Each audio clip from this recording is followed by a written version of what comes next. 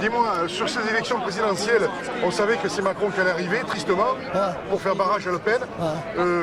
Beaucoup de monde dit que ça va se jouer dans les législatives. Quel est le sentiment du NPA devant cette situation?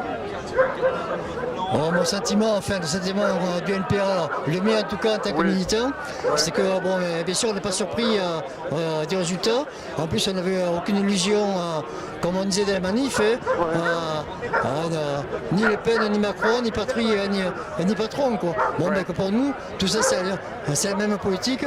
On sait que Macron, il va continuer à faire la politique qui a été faite par Hollande, qui Hollande avait continué la politique que faisait Sarkozy avant. Donc on sait que la politique actuelle va continuer, elle va même s'aggraver. Macron de ce côté-là, il ne dit pas le contraire, hein. Il a promis ce qu'il va faire. Hein.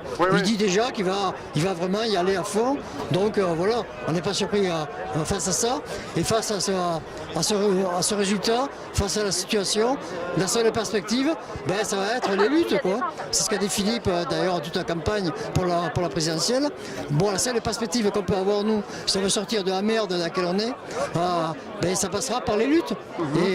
Et par des luttes radicales pour défendre nos intérêts de travailleurs, jeunes, chômeurs, etc. Et les élections là-dedans, on savait que ça ne nous apportera rien de toute façon. Justement, certains politiques qui étaient sur le plateau de télévision disaient que la situation risquerait d'arriver Marine Le Pen en 2022. C'est un risque.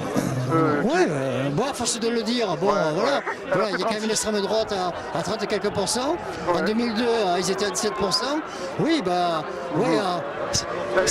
Si on compte comme ça, à chaque fois on va se dire, ce sera la prochaine fois, un jour ou l'autre on va les avoir. Mais sauf que déjà malheureusement, les idées nationales, elles sont déjà en place, parce qu'elles ont été reprises plus ou moins par la droite et même par la gauche. Voilà que ces idées xénophobes, racistes, contre les immigrés, contre les Roms, elles sont déjà mises en place. Voilà, donc elle n'a même pas besoin d'être au pouvoir pour que ces idées-là, elles prennent le pas dans la société. Et on le voit dans la police déjà, le comportement de la police. Oui, ils espéraient que Marine Le Pen passe, certains, pour justement être renforcée et avoir plus de comment dirais-je, plus d'autorité, plus de matériel. C'est ce qu'ils espéraient si Marine Le Pen devait arriver. Mais elle n'est pas arrivée, je crois que certains vont être déçus. Mais est-ce qu'on peut dire que les Français ont fait quand même tristement un choix? C'est eux comme Macron là où il est et Le Pen aussi. Donc ceux qui s'abstiennent et ceux qui n'ont pas voulu cette politique-là, malheureusement, certains Français se sont tirés une balle dans le pied. Oui, bien sûr qu'on se tire une balle dans le pied en votant pour des ennemis, en sachant très bien. Alors bien sûr, les gens qui votent Le Pen, ils tirent vraiment une balle dans le pied, mais même voter Macron. Quelle perspective ça donnait. Donc tout ça, c'est que ce sont des politiques anti-ouvrières, que ce soit Macron, que ce soit Le Pen, encore pire, mais même la gauche, donc quel choix il y a dans les élections. Alors après, en présidentielle, le premier tour, il y avait le choix de voter pour les anticapitalistes, les révolutionnaires, mais sauf que malheureusement, on n'est pas arrivé à convaincre et à entraîner plus de gens que ça à voter pour les listes révolutionnaires. Parce que les idées révolutionnaires, tant qu'il n'y a pas de grève et de mouvements sociaux, elles restent minoritaires malheureusement. Est-ce que justement la politique de Macron qui va être désastreuse pour les salariés et pour les chômeurs, est-ce que ça ne peut pas faire un électrochoc et que les gens puissent descendre dans la rue éventuellement?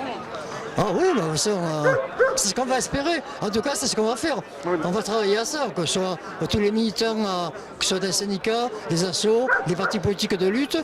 Et la preuve, on est là ce soir déjà, on va tous militer pour mener le combat. Là, cette fois, là c'était Hollande pendant quelques années, avant c'était Sarko, maintenant ce sera Macron. Et la perspective, elle est d'arriver à mener le combat. Et vraiment, et mener le combat à une telle hauteur que l'on gagne.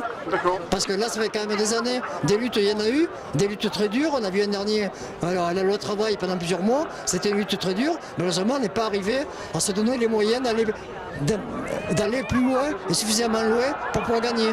Donc là, ce qu'il faut préparer, c'est un mouvement d'une telle ampleur que l'on puisse gagner.